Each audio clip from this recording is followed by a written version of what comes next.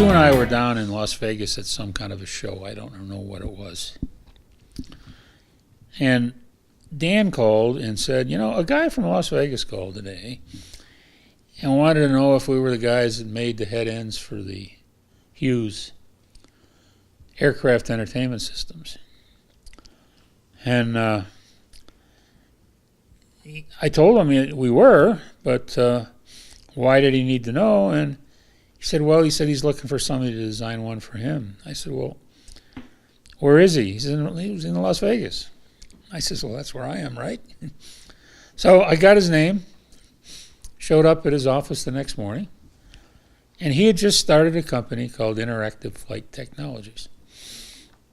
And the gentleman's name was, he was a young guy, Mike Itkiss, former TRW engineer that did, he did some aerospace stuff in Redondo Beach. He was a Russian. He was, his parents brought him here when he was like 15 years old. So he was educated in this country and extremely brilliant. And I sat in the lawn chair in his office, and because he had just opened for business. And it was him and his sister-in-law, who was his mechanical designer, and a couple other guys. And he showed me what he was planning to do for gambling on airplanes, along with, you know, the entertainment system. Now, he essentially had a 286 converter under every 3 seats, along with an RF tuner sitting inside the same thing. And so you can imagine the noise environment. And I was pretty straight with him. I said, you know, Mike, I don't think that's going to work very well. Especially when I saw the design that he'd done. He said, well, he says, I know that it doesn't. So we need some help, but I need a head end too. So he handed us the keys to the store for anything RF as part of his system, which we did. And, you know, along with that, of course, we had to do a lot of things that we weren't getting paid to do, but because the system had to work.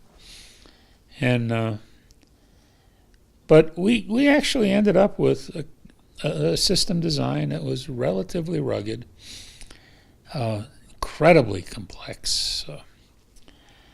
We had tuners under every 3 seats. It was a big tuner box. Had tuners that had stereo decoders. It had Ethernet interface. It had all kinds of crazy stuff. And we built it all. And most of it we did not here. That particular product, he had moved to Phoenix by the time we got around to making any volume. But there was a manufacturing division of Varian down in Tempe, and they did it. So we took an old Cattell guy by the name of Don Ward, who was a field guy, was living in Modesto at the time, and we put him down there. And it's the only way you can do those kind of things with a subcontractor is you got to have a guy there 100% of the time that's watching the quality. And he sat down there for 6 or 8 months and watching stuff coming off the end of the line. We also did some of the Rockwell head ends down there as well, completely, because we just were over capacity at the time. But IFT went public. Was highly successful on the market for a short period of time. Got a contract with Swissair to put the Swiss lottery was going to be, you know, they were involved in it for gambling on planes.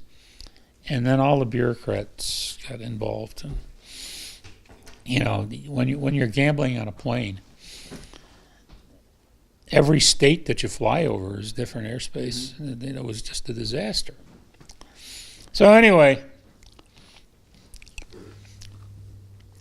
this thing got installed on some Swissair airliners. And if you remember the one that crashed in Newfoundland Bay, Swissair 111, we had 200 boxes on that plane. And the entertainment system, the installation of it, was blamed as the cause for that crash. And believe it or not, to this day, we have never been visited by a Canadian or U.S. official. And we had 200 boxes on that plane. Huh.